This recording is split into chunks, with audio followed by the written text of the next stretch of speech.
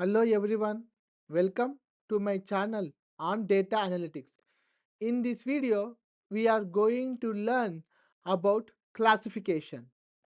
In the KDD process, classification comes under data analytical techniques which focus on discovering knowledge hidden in the given data. Before learning about classification, one has to keep in mind that classification is a supervised learning technique where user will be providing the data containing the class labels. If your data do not have class labels, then we cannot perform classification or any other supervised learning technique. The outline of this video is as follows. First, we will learn about attribute types and their importance. Next, we look at the overall classification. Next, we learn about different types of classification techniques that are available for us. Finally, we discuss about cross-validation. To implement a supervised learning technique, it is first important for the user to know what types of attributes exist in your dataset. So, we will first cover this topic. Attributes are basically of two types: qualitative attributes and quantitative attributes. In qualitative attributes, we have three types: nominal attributes, which generally store the data as unordered list. For example, names of the people, names of the mountains. Okay, they do not have a particular order. So if an attribute is storing such data, we call that attribute a nominal attribute. If the values of an attribute have a particular order, for example, days in a week, months in a year, and so on, then we call that attribute an ordinal attribute because there is an order between the values of an attribute. Similarly, if an attribute is having only two values, yes or no, true or false, 0 and 1, then such attributes are called binary attributes. Similarly, we have quantitative attributes. In quantitative attributes, we have two types. One is discrete data and another attribute is continuous data. In discrete data, we have a finite set of values. For example, postal codes, marks of a student, they are discrete attributes because their values are within a particular range. If the attributes have continuous values, say 0 to infinity, then we call such attribute values as continuous. So, this type of category is very important for us to understand because if our data set contains qualitative attributes, then we perform classification. Similarly, if our data set contains quantitative attributes, we generally perform prediction. So, this understanding is crucial. So, here is an example. Assume I have given you a data set containing day, outlook of the day, what was the temperature observed, humidity, and wind. Then I am giving a labeled data whether I can play tennis or not. So I am giving you this data and then I want you to implement a data analytical technique to discover useful information. Okay, so you have given two options, classification and prediction. Please look at this data set, pause this video, and select whether you want to choose either a classification or a prediction technique for knowledge discovery. If you have made the guess, please keep that in mind. Now, I am giving you another data set where I am providing you the marks attained by various students and the time spent by the student at a particular time. Given this, now I want you to discover knowledge from this data set. Now, please guess whether you will use classification or prediction. Okay. Generally, it is very difficult to guess. Here, we are providing the flow chart explaining the process to select the right data analytical technique for your given labeled data. First, please look at the attributes of your labeled data. If the attributes contain numerical values or not, please check it. If there are no numerical values for your attributes, then think of this data as qualitative data and apply classification on the given labeled dataset. If your dataset contains numerical values, then consider that dataset as quantitative dataset and double check whether there are any attributes containing temporal values or not. If your dataset contains no temporal values, then apply prediction. If your dataset contains temporal attributes, then you have to apply forecasting, which is a subcomponent of prediction. We are given this label data. You can see that there is no numerical value here. Okay. So what we do is, data is not numeric, so we decide it as classification. So we can only perform classification on this data set. We cannot perform prediction on this data set. Similarly, if we look at this data, we are given numerical data. So we cannot perform classification. So we come here and then we check whether we have a timestamp here or not. Here you can see that there is no timestamp information. So we have to perform prediction on this data. Thus, knowing the attribute types will help you in choosing the right data analytical technique.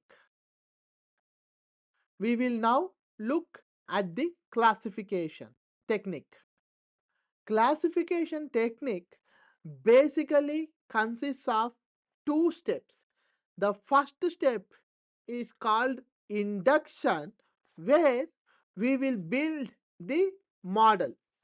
For example, assume we are given some data, and for each row in the data we also provided with the class label. If such data is given to us in the induction phase, what we do is we input the given data to a classification algorithm. This algorithm will analyze the provided data and it will build a model. The next step in the classification is deduction. That means now we will give the data for which there exists no label.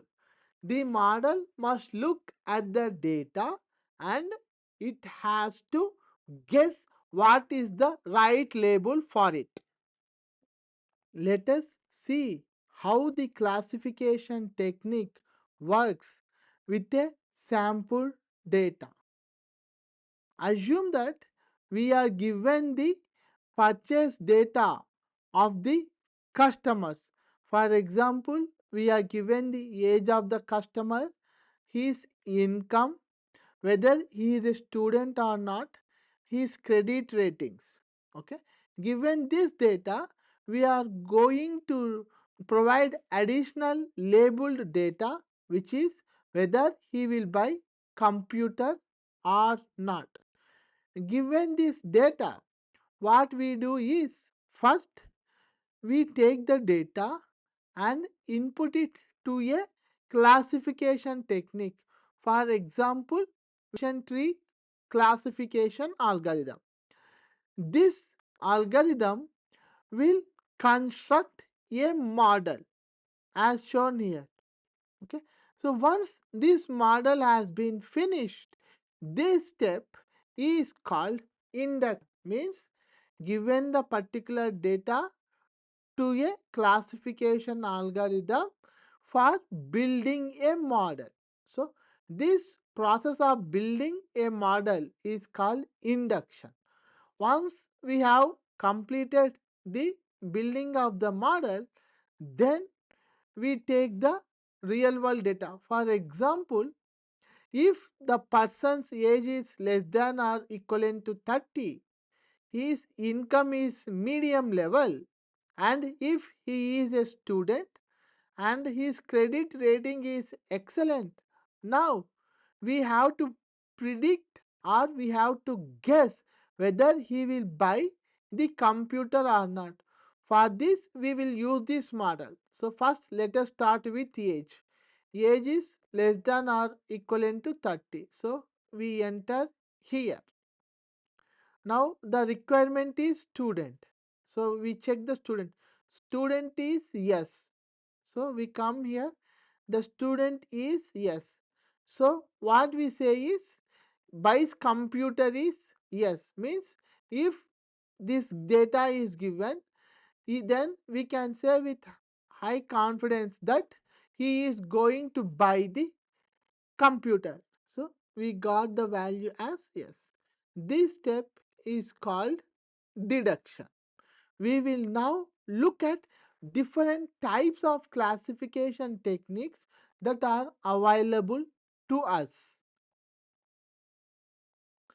Basically, we have three types of classification techniques. One is binary classification technique.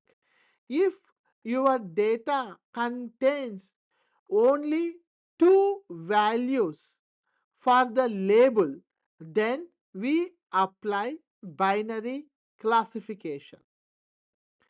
If the labeled data in a data set contains multiple values, or if we say if our data set contains multiple classes, then we apply multi-class classification. Similarly, if your data, that is each row, belongs to multiple class labels, then we call it multi-label classification.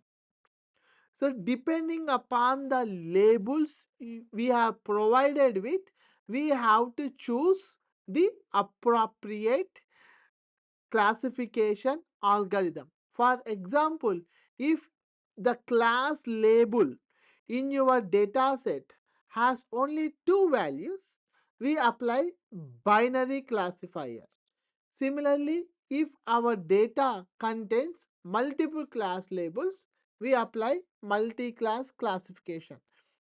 In binary and multi-class classification, we have only one column for label. That point you have to keep in mind. Only thing is the values will be either binary or non-binary. If you are having only one class as the class label, then they fall in a special category called one class classification.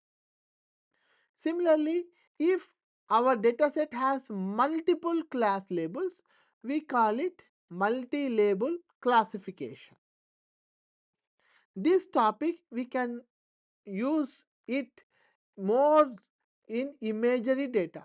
For example, if I have the image as shown here, then if I implement a binary classification algorithm, that binary classification algorithm will only output that this image contains dog. If I train the model using multiple classes, for example, dog, cat, bus, and plant. So, I take many images, and for each image, I train the classifier with multiple class labels. Then we get the multi-class classifier. Please note that in binary classifier and multi-class classification, the output will only be one class label. However, in multi-class classification, the output will be multiple class labels. In normal cases, if especially in imagery data, people often apply multi-label classification technique.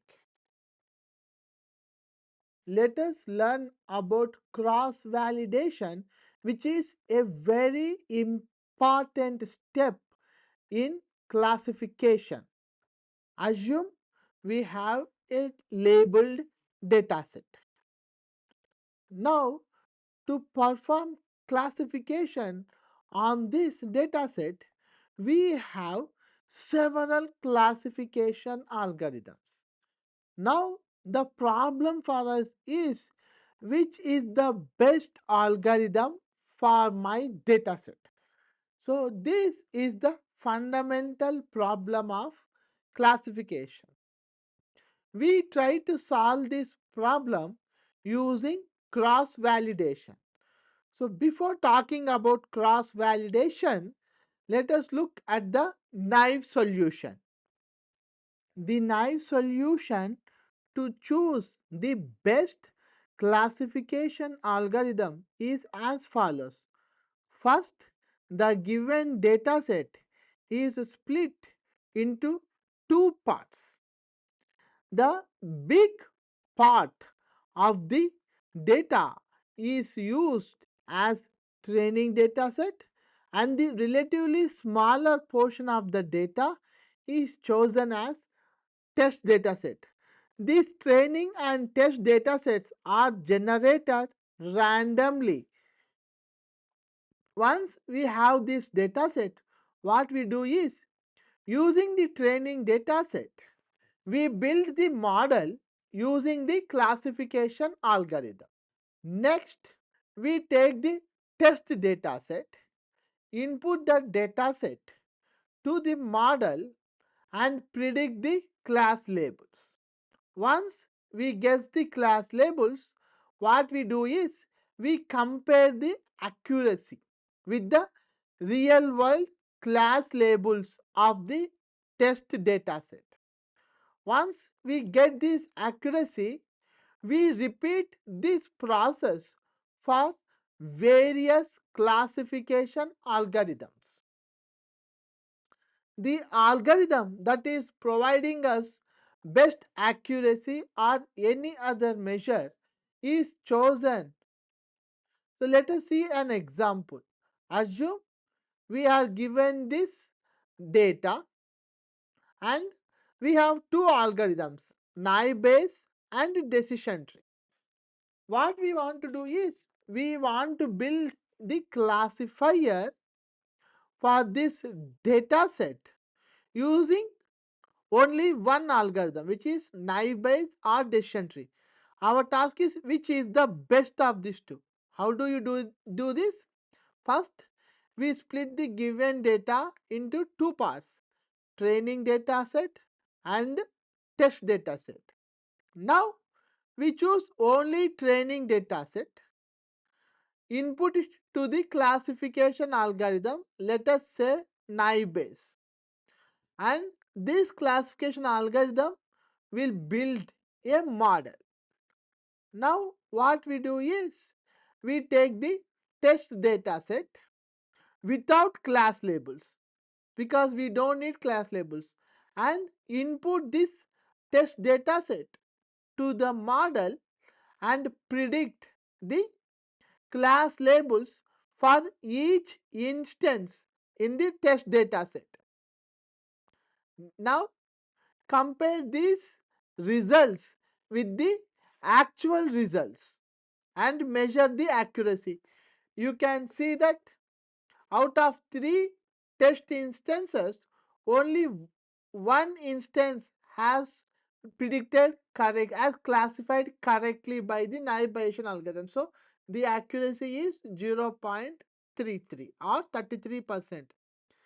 So, next we do the same process using a decision tree algorithm and then compare the predicted or guessed class labels against the ground truth. In this case, we can notice that out of 3 instances, 2 instances were guessed correctly. So, the accuracy is 0.66. As a result, what we can take in mind is that decision tree is performing better. So, we can apply decision tree. So, this is the naive solution that most of the time we use.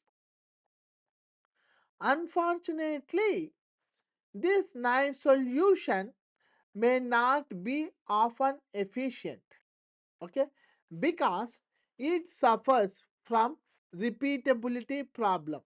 For example, I am dividing the data set randomly into test data set and training data set and evaluating the algorithms.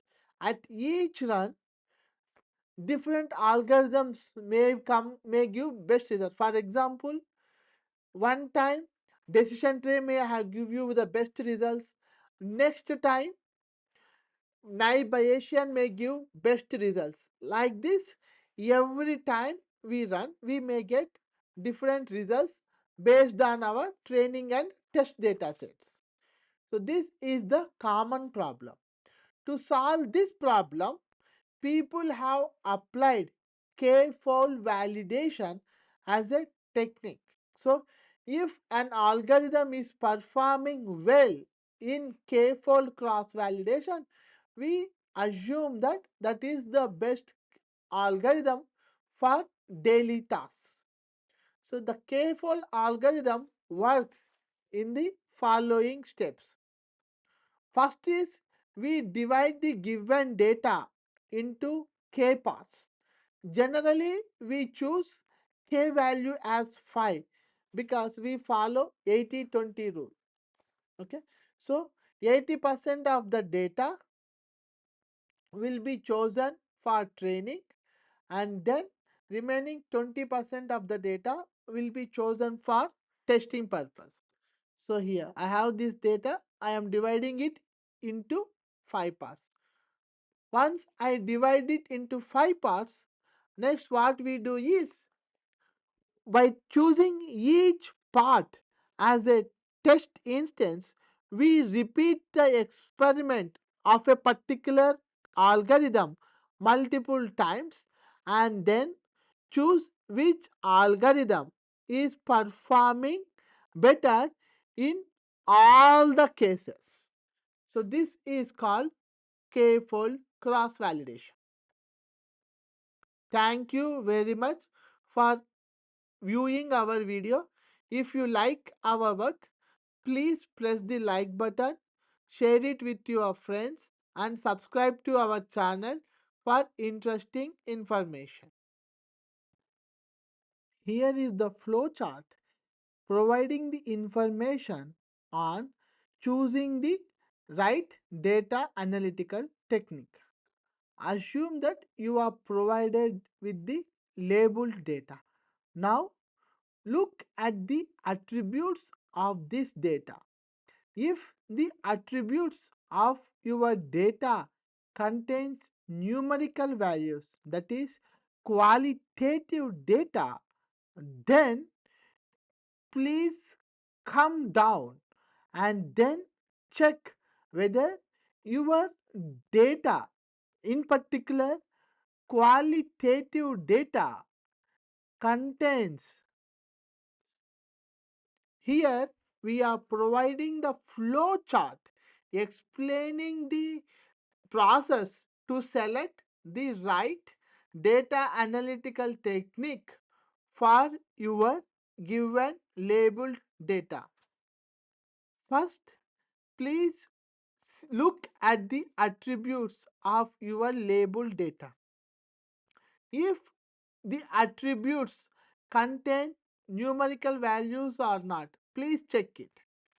If there are no numerical values for your attributes, then think of this data as qualitative data and apply classification on the given labeled dataset.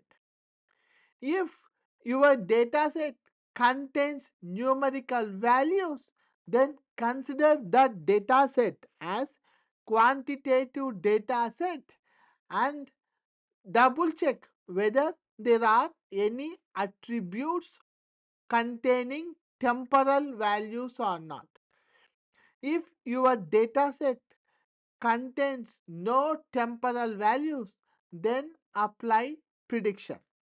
If your dataset contains temporal attributes, then you have to apply forecasting, which is a subcomponent of prediction.